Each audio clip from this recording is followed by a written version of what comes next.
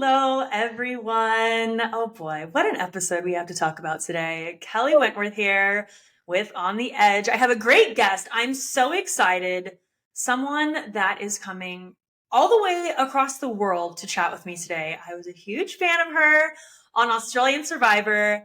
Caroline Courtis, how are you? Gorgeous. Good. How are you? My God, that intro was wild. That's what everyone always says. It's always a good little icebreaker because people are like, what in the hell was that? And people who don't watch the YouTube will not be able to experience it, but maybe that's for the better. We need the image of you jumping off the waterfall. Anything for the water. Anything to get into the waterfall. I'm so excited to have you. I'm so excited. So I think you probably know this because of my social media, but I am an Australian Survivor fan girl. I love the show. I talk about it, probably, pissing off the production team at US Survivor, but you know what? That's okay. Because I'm going to do what I want. I'm going to watch what I want. I'm going to promote what I want. And I tell people all the time, if you need a little, because I feel like it has this old school feel. I just love it. I love everything about it. And so I'm always praising. And I loved you on the last season, Titans versus Rebels. Yeah. You slayed it, queen. And so I'm so happy to have you. So thank you for being here to chat US Survivor. Are you ready? I'm so ready, but I just want to say thank you so much for having me. I mean, I've been a fangirl of yours for so long. So to be sitting here with you and chatting like this, like it's surreal for me, but it's really cool. I'm so happy this is a very interesting season, such a different season than I think we've ever seen before in the new era. Very diverse cast, very interesting cast, loving and hating some people. I think we've got lots to talk about. We do. Oh, I feel like it's going to be spicy already. Now, can I ask you, babe, have you watched all of the US seasons? Like, have you watched since the beginning? You're like a massive fan. Yeah. I'm a massive fan. So I've been watching since Richard Hatch won. I've your dive off the waterfall that we see at the beginning of this podcast, reminds me of when they had to jump off the waterfall. Remember how they had to do the waterfall in US Survivor when they went to Australia and they had to, do you remember that? They had to jump. This is full honesty here. I have watched every single season. I have not gone back and rewatched a lot of seasons. There are some Heroes versus Villains. I've probably seen that season 10 times. I'm obsessed with it. Micronesia, seen it. Cagayan, seen it. But some of the old ones, I actually haven't gone back and watched, so I don't remember that. You need to go and watch Australia, and you need to watch I know. They're so awesome. I've probably watched all of the US seasons old school up to 43 times. Survivor has just been something that even if I'm listening to it and not necessarily watching it, it's like a remedy for me. It's like it takes me away. I can visualize because I've seen because I've watched the show already before, but I love watching it and I love listening to it. And I'm a huge fan of US Survivor. I mean, if I could have got on to US Survivor, I would have, but I think I've got to be a citizen. I think so. So you could move here or you could move to Canada or I don't know. But you know what? It doesn't matter because I feel like you did so well on Australian Survivor and people who know it, know you know how badass you are. So I feel girl, you're amazing. You're amazing. Thank you. And 47 days on an island compared to 26, come on. Girl. I mean, are we going to have that conversation or should we not? Y'all are bosses. All right. You are literally out there pretty much double. Yeah. What it is now. And I was sitting with my husband last night watching last night's episode and I'm looking at Sue and she is so dirty. There is so much dirt on her face. and stirred on me after 47 days than she has at 18. But I used to wash my face every day, scrub my body with sand every day. Do you know what I mean? And I'm like, girl, you need to wash. What was she doing? That's actually funny you bring that up, because I had somebody on my social media, I think it might have been last week or the week before, they actually made that comment. They said, what the hell is Sue doing that she's so damn dirty? Because every episode, it looks like she's just, is she like maybe, is this some sort of special skincare routine that you and we're not even aware of? Like, I don't know. Is this like the dirt skincare? And I love Sue. Like, I am rooting for Sue. I think she's fantastic. And gosh, we'll wait till next episode. I hope there's some kind of revenge arc there as well. But Yes.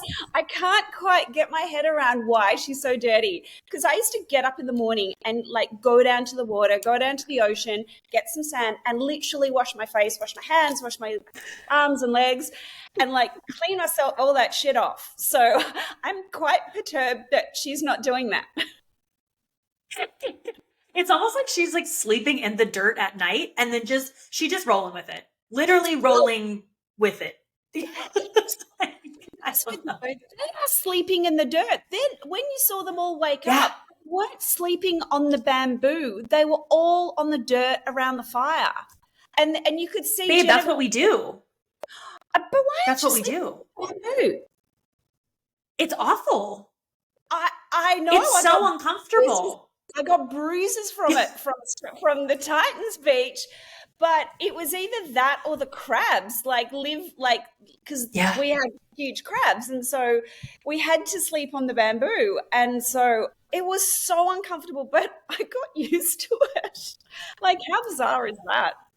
I got to sleep, you know? It is weird. Yeah, you start to just adapt really well, I think, to what you're given. But yeah, no, girl, we just decided at one point, I remember, I think it was even in my first season, it was just like, are we going to sleep next to the fire? Are we going to sleep on that bamboo? And everyone just started to decide we're just going to sleep by the fire. So, you know, I didn't have anything go up in flames like Teeny and their bag.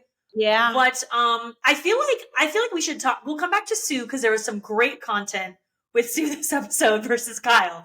But I do want to talk about Teeny first because we start the episode with Teeny. Yeah. And I felt there was so much Teeny in this episode. I mean, from the beginning where it kind of feels like Teeny is going to be going on this, what I would call almost like a revenge tour. And even when Teeny was talking to Genevieve, and Genevieve was so candid of like, listen, we're going to have to turn on each other, basically. You have to play your game, I have to play mine. I was kind of shocked by that, actually, because I don't know how you feel about this, but in Survivor, there's a lot of, I think, a lot of softening of, like, sometimes you want to say things, but you have to also say it in a way that won't come back to bite you. So you have to be really careful in the way you present things. I just thought Genevieve was like, fuck it, I'm gonna say exactly what's on my mind. And I was like, damn. And I feel like Teeny took it really well and was like, okay, I guess, you know, I'm hurt by this, but here's what we're doing. What did you think of that whole scene between the two of them? I thought, like, I'm so glad you brought it up. I have a lot of thoughts about it, actually, because I remember feeling like I had something to say to somebody and really having to soften it and think about my words and how I was going to express that to that other person, because you don't want it to come back and bite you in the ass. But what I am seeing in this particular Survivor 47 is they're so candid with each other, they're so open with each other. And I think because also Teeny was so vulnerable in front of everybody, then they went off to have their talk. I think Genevieve's the kind of person, like, she says things as they are, and I really like that. But I I also love that she became emotional, because we haven't seen like an emotional side of Genevieve. Like, she's just been hard ass, strategy, I'm doing this is why I'm doing it. Whereas we saw a softness in her, and I really liked that. Because I think, you know, when you go out there, you know, we went out there as Titans versus Rebels, and there is a Titan and a Rebel in all of us, but there's also a good and a bad person in all of us. And so seeing that softness come out in her, I really liked it. And I loved that Teenie was so vulnerable with her as well, and that they could be so candid and open with each other. What are your thoughts what are you thinking? Are you thinking similarly, or? Yeah, I think you said it really well. Every season is so different because the players are so different. And so this type of approach and how candid they are probably wouldn't have worked in, X amount of other seasons. And yet somehow this cast really has figured out each other in a way that is a little bit different than other seasons, I think. And I think that's probably partially what has made this season so good. This season for me, I have really loved, because I feel like we've had drama, we've had conflict, we've had alliances broken, we've had backstabbing, but it's not been a malicious season. It's all kind of been done in this like fun way. I don't even know how to maybe properly describe it, but I just really enjoyed it. I really enjoyed it. So, but then you look at Rome and the way that he like wouldn't let, like just was at soul, and it's like, dude, back off. Like if I played with somebody like Rome, like that would have been really difficult for me. I would have been like, oh, like, I've had it with you. Like, I mean, that was crazy. But then back to Teenie and Genevieve. I loved Genevieve's honesty and the fact that she softened up. But then for Teenie to open up to the world about the way she feels about her place in the world, I seriously just wanted to, like, wanted to message her, but I was too focused on on watching it. I just want to grab her in a hug and just say, we've got you, girl, like, or we've got you. You do know what I mean? Like, we adore you the way you are, whatever you are. You are so beautiful in every way. And we love that you're so humble and so honest. And yes, she's playing a terrific game. It's a very interesting game, but I just love that she was so vulnerable to what she knows is going to be millions of people. And that must have been extremely difficult. I agree with you. Yeah, because when you're on Survivor, it's so tough. At least for the type of person that I am, just giving kind of how I felt out there. And I'd love to hear how you felt out there. But for me, I personally did grow up myself in a very tough household, but like my grandfather's in the military, and then I lived with my father, and then my parents were divorced, and so I go see my mom. So just a lot of I just feel like I had to be a little more like less emotional, and I'm probably not even doing a good job of explaining it here because I've never been very good at sharing emotions.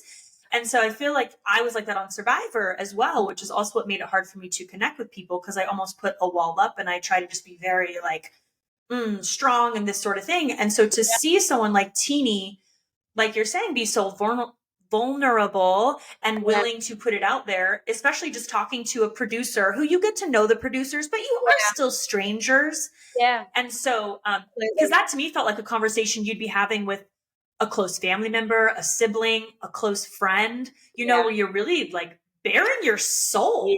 Yeah. And so, not to be confused with Saul, but soul. And so I was very proud of Teenie. I have loved Teenie since the beginning. There's just something about Teenie that is so like warm and endearing, and you just want to like, I don't know what it is. Just give Teenie that hug. And I just feel like, so I loved it. I loved it is what I'm trying to say. I just look straight into those beautiful brown eyes, and you just, they're so honest. They're so open. They're like, this is me. I don't know. That's what I look at. I'm looking into her eyes and just thinking, you're a really beautiful soul. You're such a beautiful person. And to be so vulnerable I agree. in front of so many was, just rocked my boat last night. Yeah, it was really really amazing to watch. And yeah, very proud of her. And Teenie, if you are listening to this, we want you to know we adore you. We love you. We think you are perfect the way you are. We're going to be your hype girls, okay? We're like, Teenie, come on. We love you. We think you are perfect and wonderful. And we hope that you continue to just shine like the star you are, because you are incredible. And they will. They will. Yeah. They will. They will. But I love that you brought that moment up, because I had a big, like in my notes, I have almost a whole paragraph on that entire thing. Because I did find it to be so so powerful and wonderful. And I hope that Survivor provided Teeny with not what they were looking for, but maybe just, I hope at the end of it that it was a really wonderful experience and they did like maybe learn even more about themselves and how great they really are, because Teeny is, I cannot say enough good things. So we could probably spend 60 minutes talking about how much we love Teeny. So we will stop. But and then also talking about how like an experience like this really, like when you're away from your phone and your family and your friends and the only person that you kind of talking to and relying on is yourself, like that's where you get to where Teeny got to. Like, you know, even though I was one of the eldest people out there, it doesn't mean that I think that I know it all, because I am learning every day still. Like you never stop learning. And I learned so much about myself out there from like, I think becoming a mother and I'm just trying to think of other big life events in my life that have really changed me. But Survivor changed me, and I'm sure it changed you. And I'm sure that there is not one person that's ever played Survivor that would say that it didn't change them, because I've never had to rely on myself so much, and it was really good for me. I came out I went in a very determined, strong person, but I came out like so much stronger, so much more determined. I'm normally quite a worrier. I didn't give a shit about a lot of things, and I still continue to hold on to that till this day. Like it really changed me a lot, and I am so grateful for the experience. I had the best time despite the result, despite everything. I loved it, and I can never say anything bad about my experience out there. That's amazing. That's so beautiful. Yeah. We can just wrap this podcast now. Look at us. I love that though. I'm glad that you had a good experience overall. Yeah. That's what I want for everybody on Survivor, because it is not always great for everyone. Yeah. And that makes me very sad. Because I think that there is so much to learn from being on the show, and it will be different for every single person. But my hope would be that you know, can take something or learn something, even if it just means you push yourself further than you thought you ever could. I think even that is just, you know, because I will tell you something, actually. I think about my very worst day on Survivor Cambodia when it was raining and we were like literally our whole body was pruned, you know, and it was horrible. And there are some days in my normal life where if I'm having a bad day, I almost transport myself back to that day and say, Kelley, if you got through that, different situation than what you're in now, but if you got through that, you can get through this. And shockingly, that really does help a lot of the time. So, I'm glad even for the bad days. Yeah, like yesterday, it was pouring with rain here, and I had to get from one place to another. I didn't give a fuck walking out in the rain. Like, do you know what I mean? Like once upon a time. You like the Drew Barrymore video? You know the Drew Barrymore video? I don't know if you know, where she was like in the rain, just so happy. Of course. That was Caroline. Yeah, and I just didn't give a shit. Like, it's like you do. Because there are moments in your life that you are transported back to situations or places or moments that you were out there that were really hard. And you think, fuck, if I can get through that, this is nothing. Like, and I use that a lot, to be honest. So I hear you. I hear you loud and clear. Yeah, good. So Teeny, we love you. And Teeny's amazing. And I still think that Teeny is on that revenge tour. So I know that Genevieve is still there. But I think that Teeny is going to get what they want eventually. Right. And that actually brings me. I hope so. But I think this is something I thought about last week, and I'd love to know if you did as well. Was the Saul move too early for Genevieve? So. To put yourself out there like that? Yeah. That you're going to put yourself out there like that. You have to have people backing you, because you need to have a cushion to fall into. And I think it was way too early to make the move. But I think she felt like she needed to make a move. And so this getting so many people on board so quickly. But for you and I can see exactly what you're saying. To me, it was too early. Like, why didn't she go for a tuku? I don't understand why she didn't go for a tuku. That's what I'm saying. It was right there. Yeah. Yeah. And it didn't actually matter who it was, to be honest. I mean, yes, Gabe went last night, but it was about time. And I know that I think maybe she had too much emotion in it. And that's something that's not, when she gets emotional, she's not making good decisions. And maybe that's where that lies. But that's just my interpretation of it. It's not what I would have done at the same time, but kudos to her. She got it. But it's definitely put a target on her back, and fuck, I don't want a target on my back. Yeah, that's what I'm saying, though, babe. Is that it's like, and that's a tough thing when you play Survivor. It's so much about timing. Oh, everything. Yeah. And it's easy for us to sit here and say, well, we would have done it this way or that. We've played our games. We don't know what was going on out there completely, right? We're only shown the 90 minutes. But from what we're seeing, and I'm thinking there's 10 people, girl, that target is going to get so big, and it's just not the right time. When you have other very obvious options, to your point, the tuku, it was a target this week. It would have been a target last week. You're going to have the opportunity. People are going to want Saul. It's not like it's not going to come. And I think what happened is she was way at the top. And it's so unfortunate in Survivor how quickly you can go from the top to the bottom. So you 100%. Have to be really careful. It's such a fine balance. It is. And it changes from hour to hour. Literally minute to minute, girl. It does. And it got to the point for me that sometimes I would think, you know what, I'm not going to worry too much about this right now, because I know in an hour's time or in 24 hours time, everyone's going to be thinking differently. So that's, I would. It's so true. It's so true. And you watch it. It's so true. Over again. So, but then what I'm also, unsure about is, why would she want to piss off Teenie? Why would she want to antagonize Teenie so much? Why do that we've shown how close that they were last night. I didn't realize they were as close as they were. So why do that to Teenie?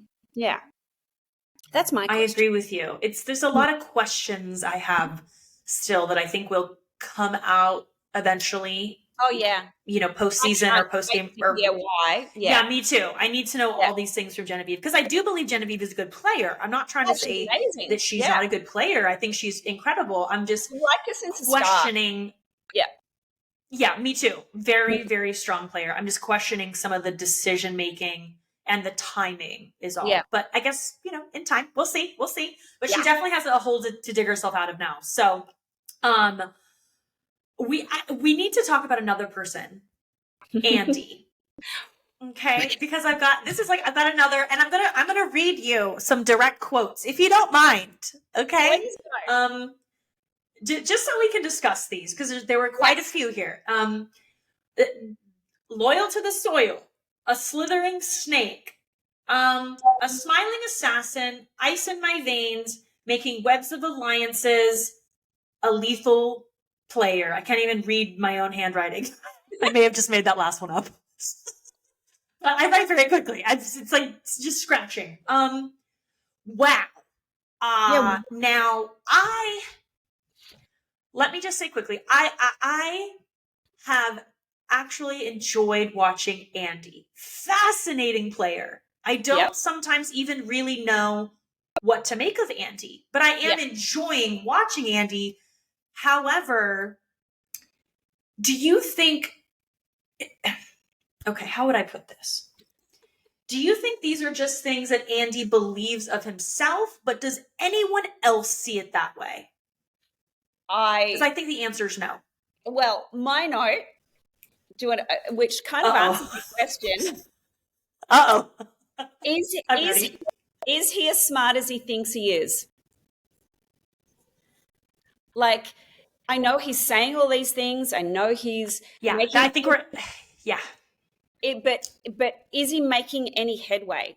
I don't see it's been, I have loved Andy from the start, but I know he's a huge fan of the show. Huge fan of the show. So I know that these big lines, are they to kind of show himself that he thinks he's bigger than what he is in the game? Or is this like building his confidence so that he can eventually make these big moves in the game?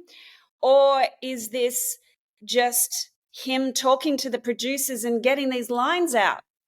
I don't know, like, because we're not seeing, he still voted with everyone else last night. There was no radical change he's made no impact, you know what I mean?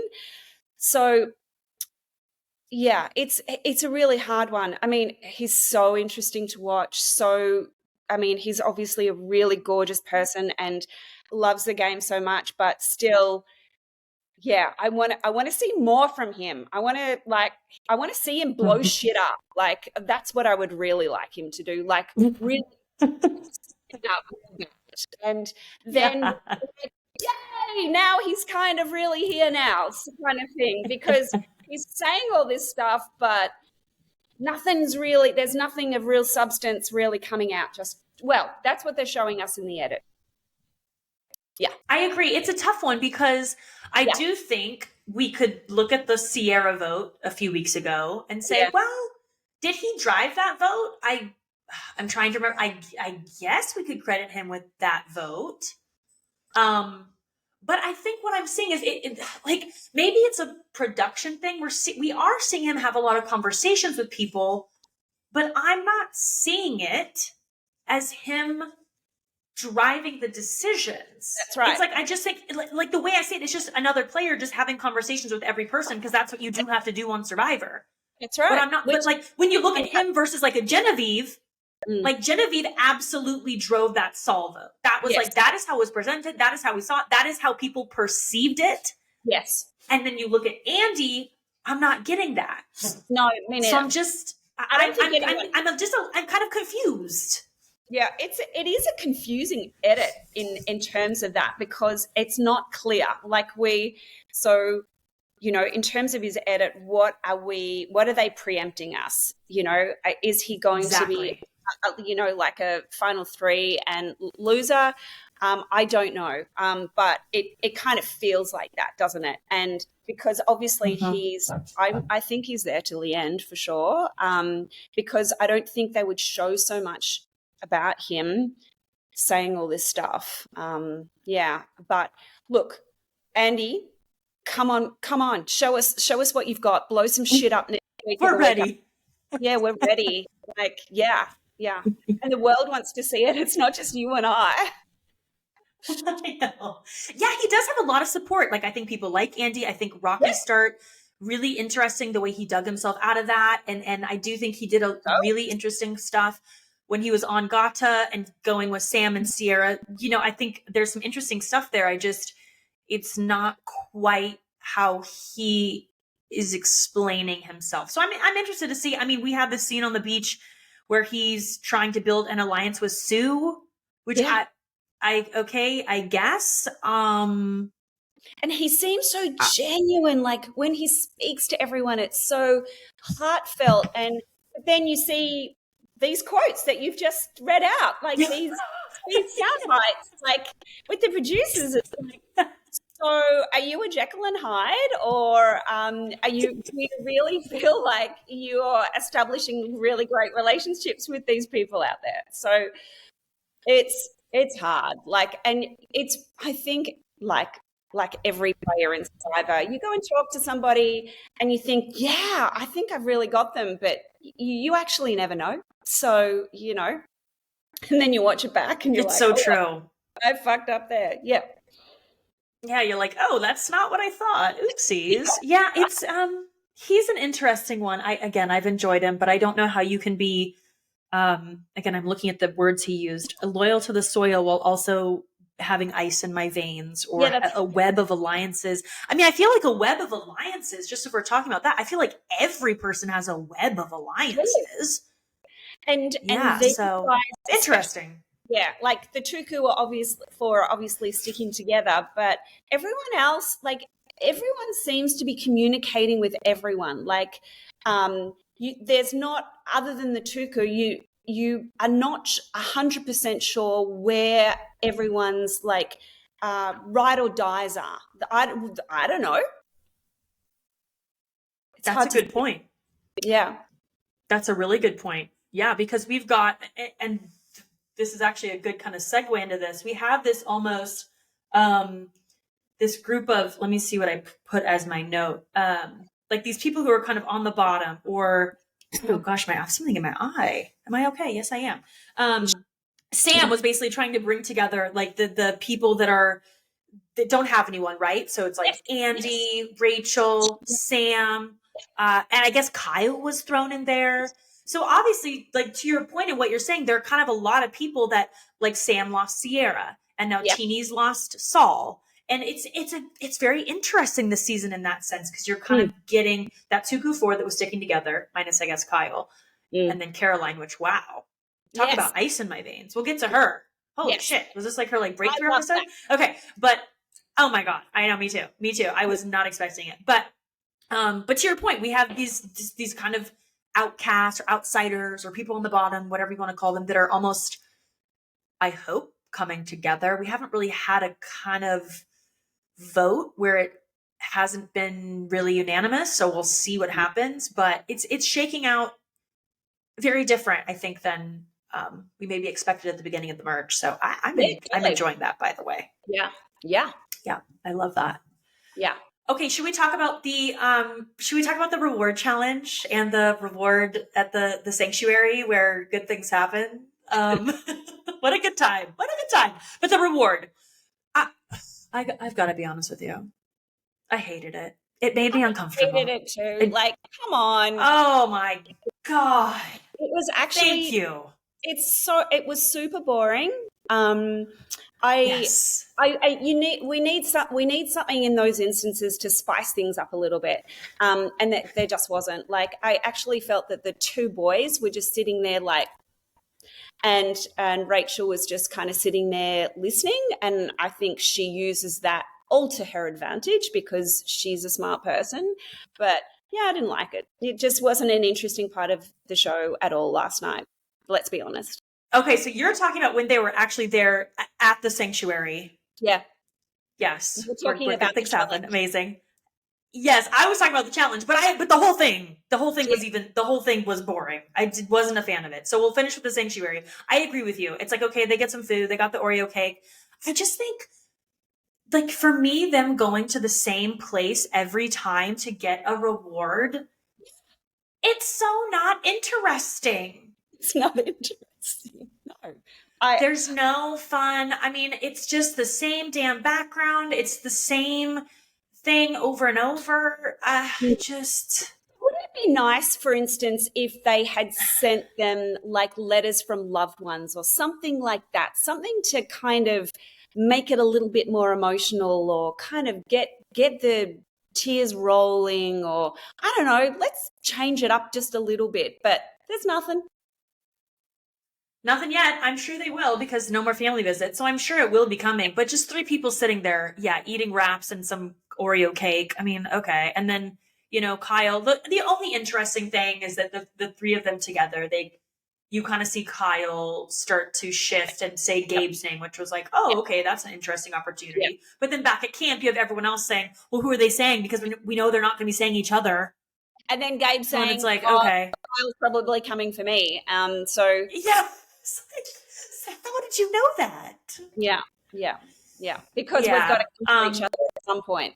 It's Jonny Fairplay, reality TV icon, Survivor Hall of Famer, and I'm talking today about Work Money. Work Money is a non-profit organization that focuses on lowering costs and raising incomes for all Americans to make American life more affordable and American families more economically secure. They provide products, services, perks, benefits, tips, and tools to help members improve their financial lives. It's time to level up and make more money in this economy. We're talking getting rich. Now, this sweepstakes is giving away $50,000. You can use this to pay your rent, your mortgage. Imagine what you can do with all the money that you'll save. Now, this is put on by Work Money, and this site has all these sick benefits, and it's free. Go sign up right now and get more rich. Now, listen, you can change your life. Now, what would you do if you didn't have to pay your rent or mortgage for a year? Listen. Sign up right now for free. Link is available right here in the show notes. Check them out. Personally, I'd get more pinball machines. I'm Jonny Fairplay. I wouldn't lie about that. It's Work Money. More money. Yeah, I guess. And then Kyle, well, we'll get to the immunity challenge. But the challenge itself, where they were just in the sand wiggling around. Sorry, I made notes about That's this. what I was saying. Sorry. That's what I was saying. It was uncomfortable because I was sitting there watching it. Just it made me. I can't even describe the feeling. I don't need to see people crawling. I don't know what it was. I didn't like it. We can eliminate this challenge from the rotation, in my opinion. I've got hate the worm challenge. This is one of the worst challenges that Survivor US ever has. Like they look like such dickheads out there. Like I imagine trying to do something like this and what we would look like. Like it looks like a dickhead. Like it's so awful. It's horrible. It's horrible. It's horrible. Like. Yeah, the immunity challenge is one of the classics, but this challenge, they've obviously done this before, and I hated it then and I hated it now. I'm sorry, I just needed to look over my notes. Oh my God, yeah, it's awful, and it's so frustrating to watch because, I mean, obviously the Blues won it easily, and that was fine, but but I just hate the look that these people just look so awkward and so uncomfortable. And like when Andy bit the ball, like I have that my note right here. It's like highlighted. Why? What was that editing? Why did we do that? To like turn away, like, and I can put up with a lot of like blood and gore, but I was like, that was like, why, guys? That's not what we want to see. And I will say, I do feel really bad for Andy because I kind of feel like, I don't want to say producers are picking on him, but I do feel like, why the hell? It's like all the really awkward shots. It's always Andy. We had him like humping the knife thing. And then in the last episode, he was like on the sand. It looked like another sexual position. And then now he's like biting. I'm like, why are you doing this to this man? Stop it. That's why I said it's so uncomfortable. I was like, just seeing them all like roll around and like hum. I'm good. Please stop it. I'm good with it. No more. And what is stop it? We don't need it. Like no. The whole point of doing it, like it doesn't show any physical prowess. It doesn't show any strength. Do a fucking puzzle. Like do something that really kind of we can really get into. You know. Please. And then they end it with just like a arcade game of throwing the ball. I mean, the whole thing. Throw it in the trash. Please burn it up. Never again. I could go my entire rest of my life with never seeing that challenge again. And I said what I said. I agree, and I that's what I've said in my notes. As I was watching it, I was thinking exactly the same thing. And then the last person when Jeff says, "Okay, the challenge is over," and Teeny's still going, and I'm like you poor thing, like. Oh, she's got sand all over her face and in her mouth, and it would have been fucking everywhere through her body. Yeah, just so messed up. We don't need it. I thought you were going to say when you talked about the end of the challenge, I wrote a note. I don't know if this is a direct quote, but I do remember Probe said something of, okay, and that was one of the hardest challenges this season. And if you would have seen the eye roll that I gave when I heard those words, stop it. Right now. Stop. Yeah. Stop it. It isn't You're not convincing anyone. Yeah, it's an awkward challenge I don't like it. watch, and I hope I never ever have to do it. Girl, I hope that none of us have to witness that, or may have to burn Again. my eyes out. Okay, ever again. Okay. Which probably means now that it will be in every season moving forward. Just so we're clear. I think Jeff is God, no, absolutely not listening to this. No, we can only hope not. Oh my Lord. Okay, now that we have just totally talked shit on that challenge, oopsie. Yeah. We had I'm to. sorry, I'm going back now through my notes because I feel like, should we just go to the next challenge, which is the immunity? I feel like we're in challenge mode. Let's talk the next one, immunity challenge. This was actually interesting only because of the rice negotiation. Yes. So I think we have to talk about this because there's a lot happening here. First of all, Jeff does say to the audience and to the players, yesterday you had to squirm like a worm. Is he into poetry now? Okay. Today you must move like a sloth.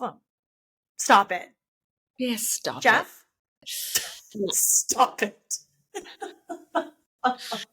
Jesus. Why? And then we know that they're going to be holding the balls in the thing, but he's got this bag of rice and he's saying, okay, it's day 18. Now, girl, I know you probably have thoughts on this whole day 18. Yeah, but it's fine. 4 people have to sit out in exchange for the rice. Yeah. I want to know from you, because you guys on Australian Survivor, you don't do rice negotiations, right? We don't.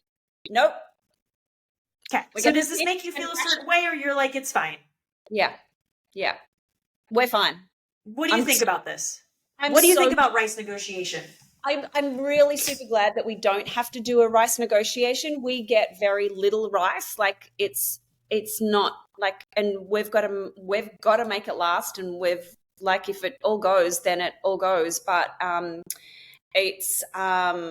am super glad that we don't have to do it. But I don't like the way that this happens every season now. I think that why can't they change it up? Why do we have to have it every season?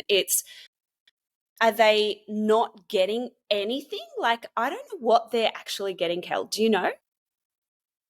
They do not. Okay, so prior to season 41, I may sneeze. Hold on. You know when it's coming on? You're like, what? It could come out. It may not. Okay, hold on. Yeah. Look at a light. We did it. Let it out. So pre-41, I'm assuming it's the same as on the season you played. Yeah. We would get a bag of rice, and it would have to last the entire season. So it would be up to your tribe to ration it correctly to get you to day 39. Yeah, wow. Now, I believe they do not get any rice at the beginning, so they're essentially living off of coconut, etc. However, they start getting rewards at like day 5. Yeah. Maybe I'm exaggerating. Day 7. I don't know what it is. They start getting rewards, good rewards, much quickly. What's the English on that? Whatever. You know what I'm trying to say. They start getting the rewards faster. Yeah. Because I remember when my first season, I was voted out on day 13. I don't even think the rewards had been like a tarp, comfort items. Yeah. We still didn't start getting food items until like basically the merge, honestly. And then in season 38, it would be like a coffee and some pastries. It wasn't like, oh, you're going and getting roast chicken and charcuterie boards. So this is not me like shitting on New Era or anything. I'm just talking the differences. Yeah. And I just kind of take the stance of like, just give them the rice at the beginning. It's not changing anything for me as a viewer. I think just give them the rice, let them do the rationing, and we can just get rid of this. To your point, we don't need to be doing this. We don't need to now be making the rice negotiation a part of like the season, like a important part of the season. I guess. Yeah. Like it's the part of the season where we need to do the rice negotiation. Remember when what was it, season 45 or 44, where he put the knife in it and he cut he stabbed it? Yeah. Oh, fuck. That That was a bit more interesting, at least, because then it was like, okay, we've got to make a decision right now. Yeah, quick. Quick decision. Mm-hmm. Yeah, but it was. I like that a little better. Yeah, interesting decision last night to negotiate everybody's. What are they called? Shot in the dark. Shot in the dark. Yeah, shot in the dark. So, yeah, it was an interesting way of doing it. What I would say, I don't know whether you've looked at social, because I watched it last night, so I've watched it like 12 hours ago. They're on social media this morning from some people. You could see that Kyle was supporting did you see this? Kyle was supporting the board. So Kyle was supporting the board on his forearm. And you're supposed to be just holding the wooden thing underneath, and he's supporting it on his forearm. Did you see that? And obviously Sue didn't. Yeah. Tell me. Yes. No, I'm glad you brought this up. I didn't. The only thing I saw was that Natalie Anderson posted about this because we follow each other on social media. And so that is actually where I saw it. I've been in the car most of the day because I've been driving out to my dad's, but I did see that. And I'm not going to lie to you, I saw it before I watched the episode. I actually didn't watch the episode last night. I watched it today. Long story. Don't ask questions. But I watched it today and I had seen that prior. And I was like, oh, interesting. So when I watched the episode, I was very aware of watching how everyone was holding it. Yeah, a couple of people were doing that method. It wasn't just Kyle. Okay. See? A couple people were doing that. But that did make me question, because Jeff goes through the rules before the start of every challenge. I wonder if that was discussed or not discussed. I reckon because it would be an advantage, because if you're holding something, I'm holding my phone right now, and this is not a good example, but if you're holding something only with your hand, that's much more balancing. That's much more difficult. Whereas if you have, if you're getting double, I'm like using my phone like it's the same thing, but you're getting, double the support essentially. And so that makes me think that he didn't discuss it beforehand, that this wasn't, because I think only those people that kind of I know we've all got longer and shorter forearms and all that kind of stuff, and the way that we hold our hands and the bend, the flex in our wrists are all different and all that kind of stuff. But for watching him and watching Sue, like you could see Sue like literally just holding it with her hand, and Kyle wasn't. With her fingers. Yes, exactly. Yeah, and she's a boss. Like she's super strong, but because God, can you imagine the strain in your wrist and then in your forearm and then your biceps? Like that would have been super hard to hold it, because they went for 10-minute stints, didn't they? Yes. I think so, yeah. Anyway. It's a massive difference. No, I'm glad you brought that up. That's something I wanted to talk about. So I'm glad you brought it up, because it is a big difference when you're holding. I mean, even just the way that your muscles would be working in a different way for your fingers to be supporting that versus it resting on your forearm. It's very different. So because I reckon for some, a little more controversy. Yep. Yeah, I reckon for some of them, their fingers would have cramped, and it would have it wouldn't have even been a strength thing like through their arms. It would have been like, there's only so long that you can hold your fingers in that position, holding something so heavy, keeping it balanced and not moving. Because if you could at least like shift your weight or whatever, but you can't move. Like watching them do that, it's, oh God, it's so hard. I mean, I haven't done that one, but in my season we had the bow and we had a ball that could go. Yeah. So we had to hold, like, that was hard enough, Yes, I did that one too. And in that one, there were different ways to hold your hands on that one, right? Because it's got the bar underneath, and you could either go underhand, overhand. You could do a combination of underhand and overhand. Yeah. Yeah. Yeah. Look at us. But you definitely could not rest it on anything. Look at us. Absolutely not. No, you couldn't. No. Yeah. No. And if you, like, God, if anyone put their kind of, did anything out of the ordinary, production were like, fucking stop it, they're all over it. Would they? Yeah. There's nobody can get any I don't think that something like that would have happened in Australian Survivor. So wait, would Jonathan have said something? Somebody would have. Okay. I reckon. That's interesting. Because Jeff will tell you during a challenge. I've really kind of only seen it during team challenges, but I remember in one of my seasons, someone was doing the puzzle incorrectly. They were almost like laying out the pieces before they were putting them in kind of these little slats or slots. Yeah. And he would he'll be like, what the fuck are you doing? Do you want me to stop this challenge? I mean, to your point, I don't know if it's the same on Australian Survivor, but they do that. And so they do? Yep. Okay. So they're not afraid to say if you're doing it wrong. So that's what makes me wonder. No. Maybe it was never discussed. I don't think it was ever discussed. So I think that's. Do you know who else was doing it? Can you remember? I almost want to say Andy. It was another guy. And they weren't doing it as obviously as Kyle, but you could definitely see the little round portion on their forearm. Yeah. And the other thing with Kyle, his stance looks so different. Like you could kind of see him like leaning forward, like everyone else was kind of quite upright and holding it just with the one hand. Obviously we're holding it with the one hand, but he was like kind of more like this. And so you could see his forearm kind of bending up. It was in a different position to everyone else's. So it kind of stood out for me anyway, but the way he was standing there, but good pickup, Natalie. Good one. Yeah. Good job, Nat. Yeah, that was good. So I know, just stirring up drama. Who knows? But yeah, he gets another win. And I think, what is it now? 4 individual immunities? It's 4. And we're on the same page. Are we counting all those? Exactly. Are we?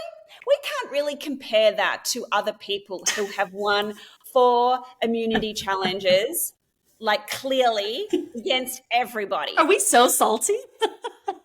And when you obviously it's a very elite group. And so when you're comparing it to like old school Survivor, like how can you compare that? It's okay. We're both on the same page here. I know. Yeah. We are. And I'm not trying to be sassy, but that's how I am anyway. But it's got a little star next to it. You know, I wouldn't say like they're not complete perfect individual immunity wins. No. So I'm sorry. We said what we said. We said what we said. We stick to it. That's it. We stick to it. Yeah. Let's do it. But I also think Kyle keeps winning. I mean, if there was a target on him before, it's just getting bigger and bigger. Yeah. But we're not really I feel like Kyle's edit, like he's obviously a really sweet person. I follow him on Insta and I love watching his family and he's building his house and like he seems like such a beautiful guy, but I'm not seeing any kind of real strategy kind of, really locking alliances with people, kind of really wanting to put his stamp on the game. Do you know what I mean? And that makes me think, like, with this edit, where is he going? Yeah. I love how you are being so tender with that. You're being so nice with that. Because I know what you're saying. Yeah, I mean it. He's not giving strategic. No. And no. That's exactly what I've written. Yeah, it's not, listen, it's okay. Yeah. He's very sweet, winning immunities. We've seen this archetype before. It's fine. And I but love I agree with you. I'm not seeing much. And I think the comment that he made after he won it was like, don't mess with a dad or don't mess with I can't remember the exact line. I should have written it down, but he was intimating like he is so motivated and by his family and his son and that's what's really driving him. And, that's absolutely awesome. But we need to see some strategy, kid. Yeah, we're ready. Yeah. We need to see a little something. Yeah,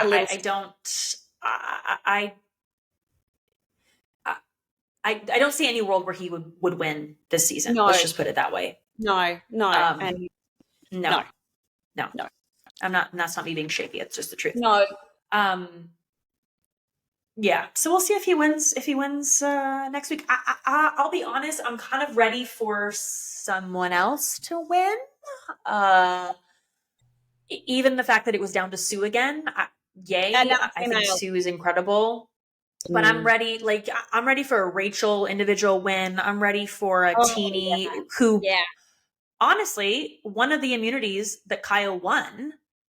Was down to Teeny and Genevieve, but it didn't matter because the whole tribe was safe. So it's like, let them have their damn immunity, please. It really does mean so much. It seems so silly, but it really does mean a lot to you. To win an immunity is really cool to say you did that on Survivor.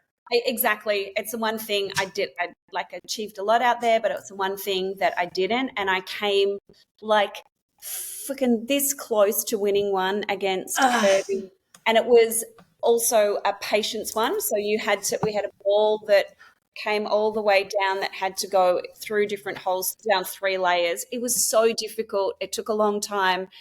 And I was like seconds behind Kirby and I was like devastated. So yes, I didn't get that one, but I would, did lots of other things out there, but I was really bummed not to get that. And yes, it means a lot to everyone. It would be really nice I would love to see a Teeny or Rachel. Fuck, that would be so good, wouldn't it? So good. We want it. We want it. Yeah, we do. And so I wonder how Sue's going to react to all of this, because she would have seen that Caroline voted for Gabe. So how is this going to play out in next week's episode? Like, they obviously didn't they would have just who they were voting for, so with each other. And Caroline's obviously lied to Sue. So who's Sue going to turn to now? So the Caroline situation is so interesting to me. Yeah. Because I think about things from previous episodes, things that are said, the way that other players are perceiving their fellow castaways.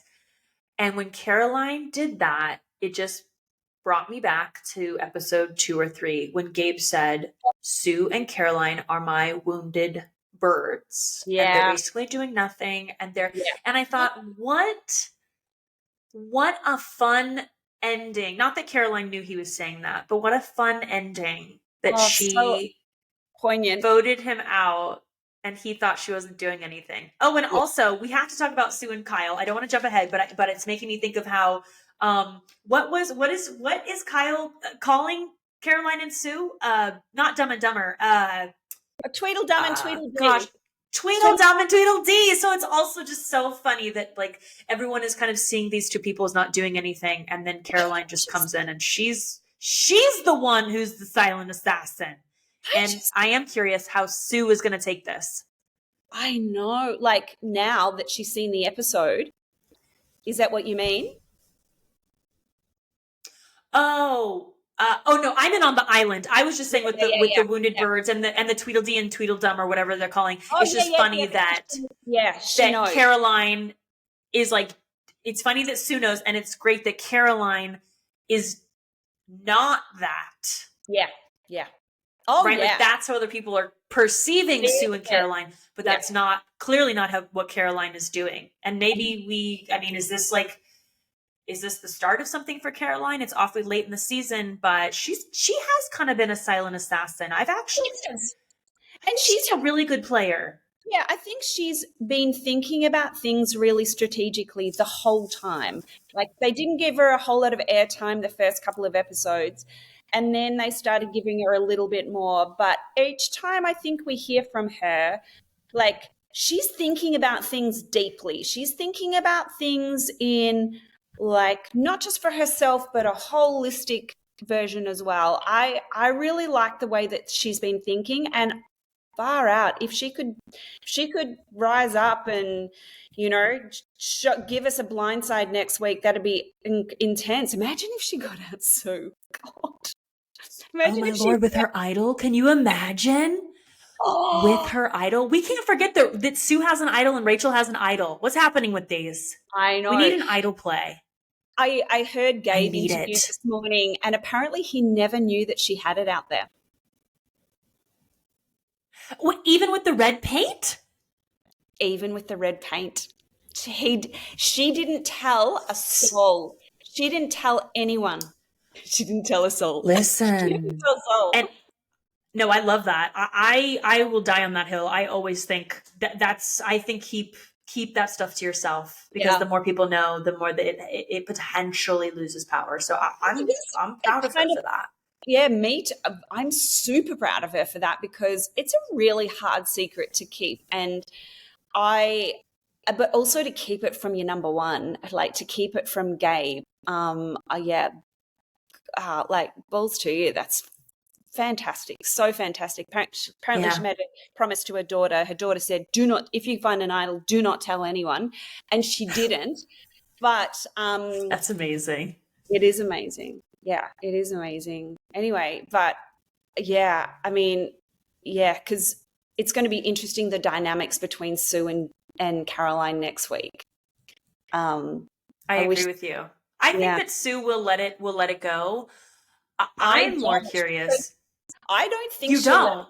No, because look at really. Kyle, look at Kyle. Look how she's after Kyle. She is playing emotionally. No, this is what I want to talk about, babe. We have to talk about this. She has it out for that man. She will not rest. She will not rest until that man is out of the game. That's right. Yep. And that was funny. Yeah, it was really funny. And I feel like, I mean, I really hope there's a bigger story there. I hope they really ride that wave. Listen, I always feel like they're showing you stuff for a reason. So will Sue finally get her revenge for, it's that whole sequence of flashbacks was, I love stuff like that. It made me laugh so hard, because it was just her being like, he wrote my name down here, and you could see her outfit was different in every one, right? So you're like, this is not just her saying this in one conversation. This is like 20 conversations. I was dying laughing. Yeah. Yes. Conversations. It was intense. And it went on and on and on and on. She's really said a lot. She's not let it go. No. She's like, I just hate him. Why does she hate him so much, though? Because he voted for her. Is that the only reason? That's the only, that's what it appears. That's the only reason. Yeah. Welcome to Survivor, babe.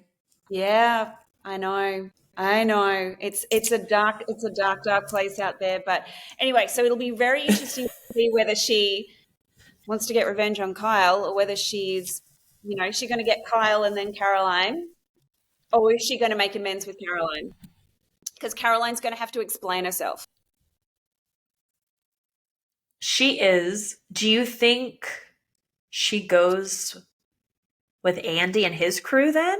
Because they did show us Andy buttering her up on the beach. Yeah, but maybe there's something trust Andy? That's the only thing. Like, Andy's proved himself that he will vote with everyone, but is he going to go out on a tangent and really shake things up a bit?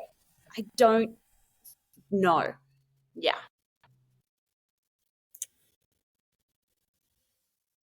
I don't know. There's a lot of unknowns at this point. Yeah. What are you thinking there, Kel? I was just looking at my notes and thinking, how does Caroline get out of this with Sue? I mean, I think, does she just go back and say, it had does she take responsibility for it, or does she say everyone else wanted to do it, or no. I think she what's goes her back. move? I think she goes back and takes responsibility for it, but also says, I wanted to be your number one. I could see how close you and Gabe were. I needed to take him out because I wanted to bring you closer to me. That's the way I see it. Do you see it differently? I could see that. I think that would work on Sue, though.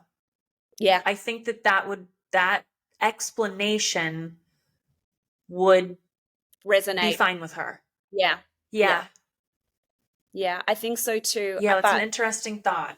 Yeah, I don't think, and I think because they've been together so long, and it was like they were together from day one, day two. So I wonder whether, like, I know Gabe was her number one, but, you know, it's really nice having a number two as well. So, and where else would Sue go? I mean, she's not going to go to Kyle. She's probably not going to go. No. She's not going to go to Genevieve. She's just voted for her. She's not going to. I can't see her buddying up with Sam and Andy and Rachel. I just can't. I don't know. I just don't see that. So I think she's going to need Caroline, because I think she needs somebody to kind of guide her a little bit. And I think Caroline is that person. Gabe was that person. But Caroline's going to have to fall into that role. I'm just kind of thinking out loud. No, I think you're right, because at least for us watching, we haven't really seen her build any relationships outside of the Tuku. Those two. And she doesn't like Kyle. She only really had Caroline and Gabe. So yeah, so exactly what you're saying. Where does she go? I mean, we talked about her and Andy already, but this seems like a new thing they're building. That's really tough in Survivor, to be this deep in the game and to just build something new and trust somebody. So, and make a bold I'm with you in that. I think she just, yeah. I don't know whether, like, it would. I really hope that she does something. I mean, wouldn't it be crazy if she tried to get hear me out. If she tried to get everyone to vote for Caroline, and then she saved her with her idol, like, how cool would that be?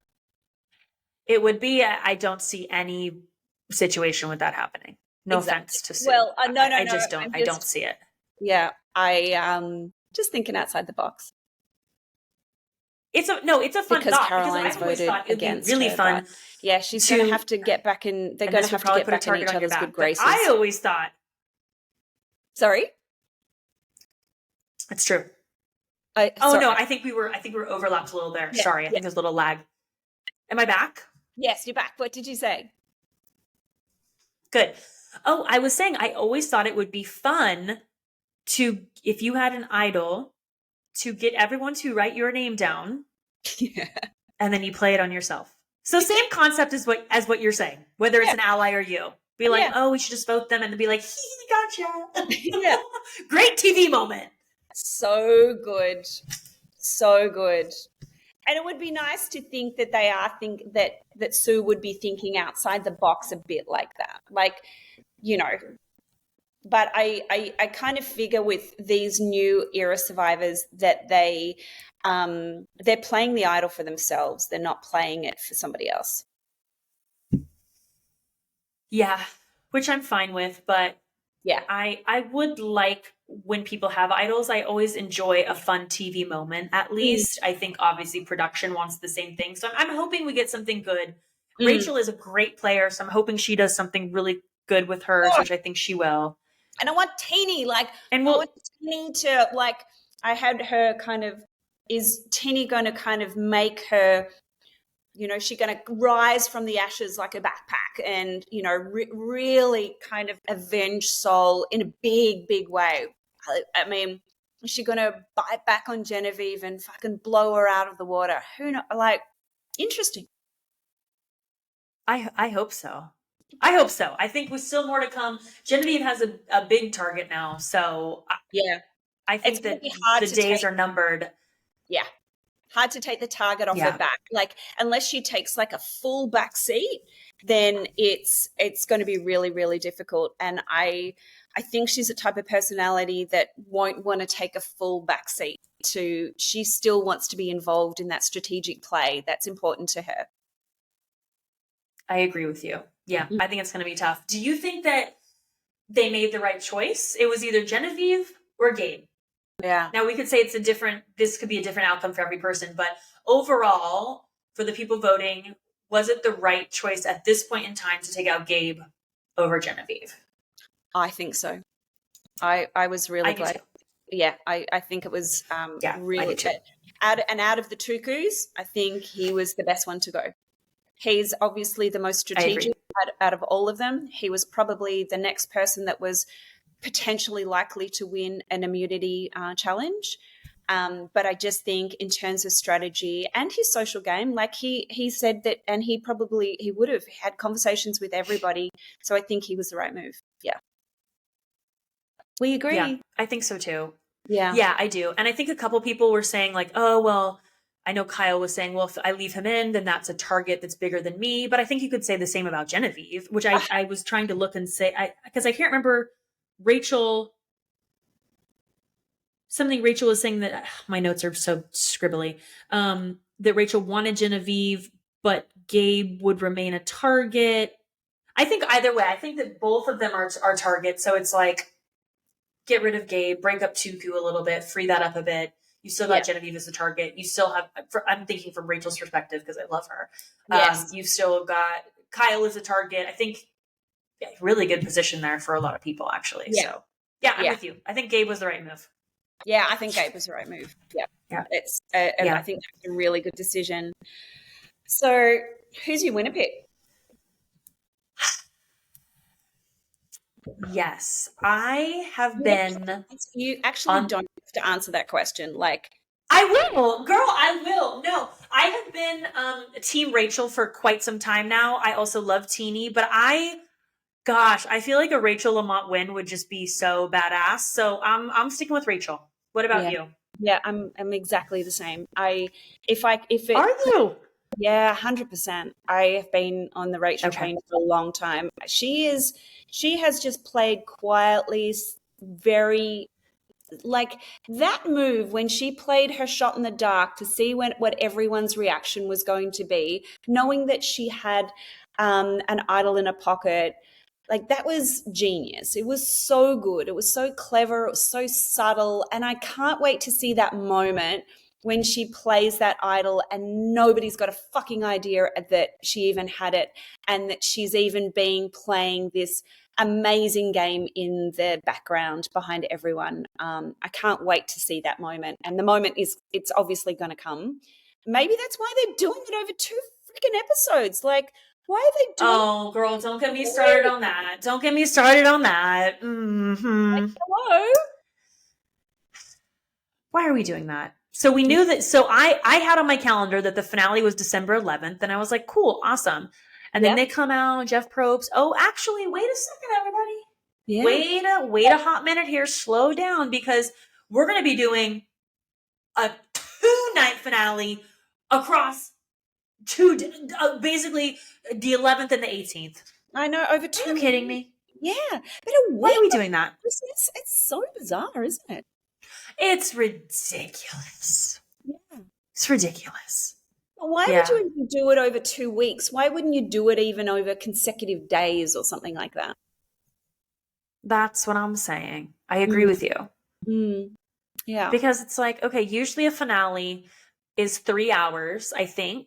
Yeah. Because you have a 2-hour finale and then a 1-hour reunion. So are they going to do 2 hours and they're going to do on the 18th a 1 hour? Which is basically just ends up being the final immunity challenge of Final Tribal Council. Like there's nothing else in the final hour. They doing 90 minutes episodes?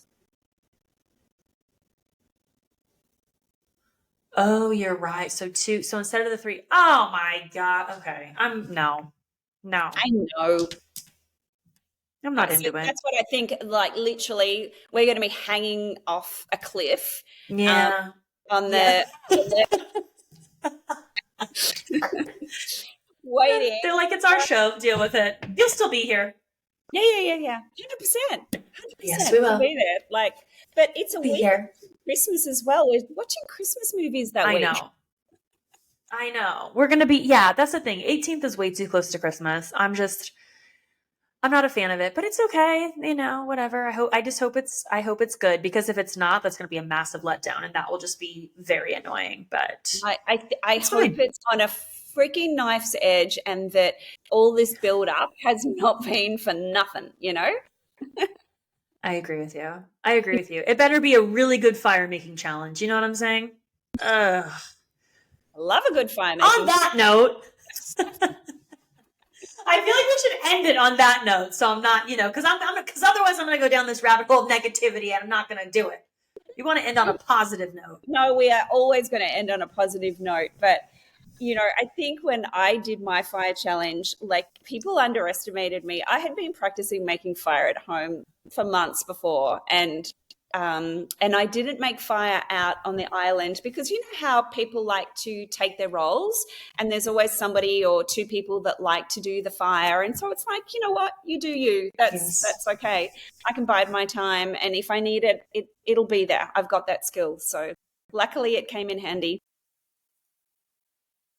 That's good. I'm glad. I got my husband out to the island. I don't like to talk about the final four fire making challenge personally. So yeah. I would have liked that on my season, but it's okay. It came out the season after. It's fine. Yeah. Oh, Kel. I am not salty at all. Not me. Not me. No. I'm very happy. Very happy.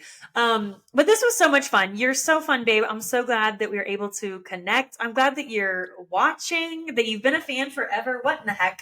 We'll see what happens, but I think we are both Team Rachel. So come on, Rachel. Come on, Rachel. Cheering for you, girl. Yeah, totally. Come on. Totally. Okay, babe. Thank you so much again.